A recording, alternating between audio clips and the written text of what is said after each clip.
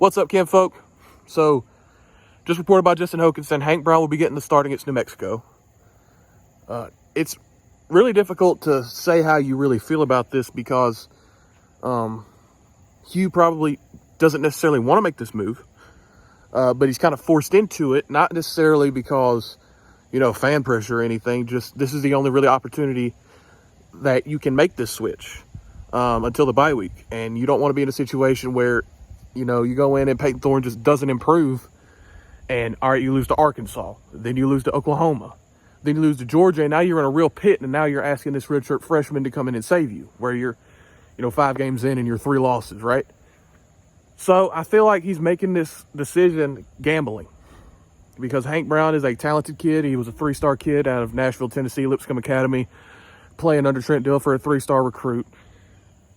I don't get too caught up in star rankings. They're good for recruiting classes. Obviously, you need the talent, but this is a kid who played under Trent Dilfer.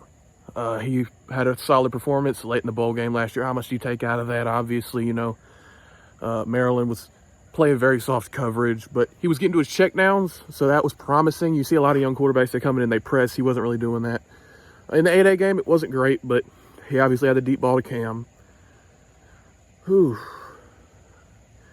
The biggest concern for me with Hank, outside of the fact that he's a redshirt freshman, 3-star recruit, is how athletic is he really? He didn't really show a ton in high school because Trent Dilfer, he doesn't really run the quarterback.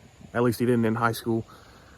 Payton Thorne was the guy we didn't view as mobile before he got here. Obviously showed that he is a very mobile quarterback and he can really move, and he's probably a 4.7 guy, which is pretty good for a quarterback.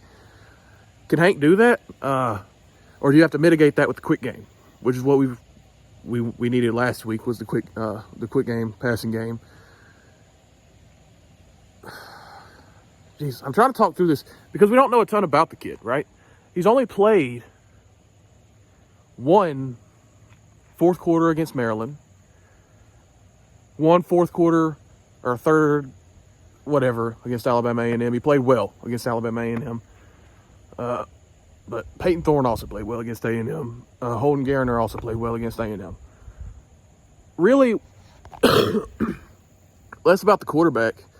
Sorry if the camera's shaking. I'm holding my hands up, and I'm fat, so my arms get tired. Really, what Auburn needs more than even a quarterback switch going into next week, this weekend, he'll probably play well. It's New Mexico.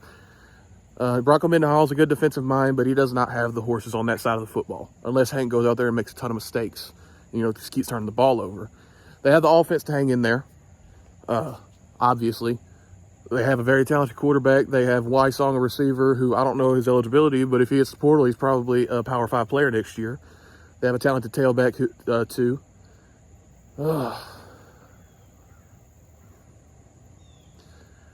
What Auburn needs to get back to in SEC play is the fundamentals of football.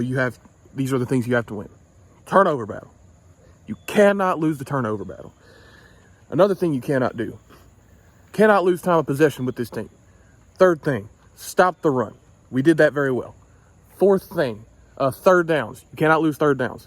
So until we, get into a position where, sorry, DC Wolf just texted me. That's my guy. Go check out Auburn Addicts, man. They're a way better content creator than we are. Much more consistent as well. You see the trash can in front of my house? That's how you know you're in the backwoods. You have to win the pillars of football. The line of scrimmage, third down, turnovers. If we do that, and Hank Brown comes in and he just makes good decisions, we'll be in a position to where we can win 7 or 8 games. Will that happen? I don't know. We have to get back to that. Cole Pinkston talked about it. 12 personnel running the football. You don't have to stay in 12 personnel, but you need to integrate that consistently, right? You can get creative with it. Perry Thompson's a big kid. Motion him into the formation, have him kick out the edge, have him slip out, and he's more explosive than Rivaldo Fairweather, so those shoot routes are going to be there more often, right?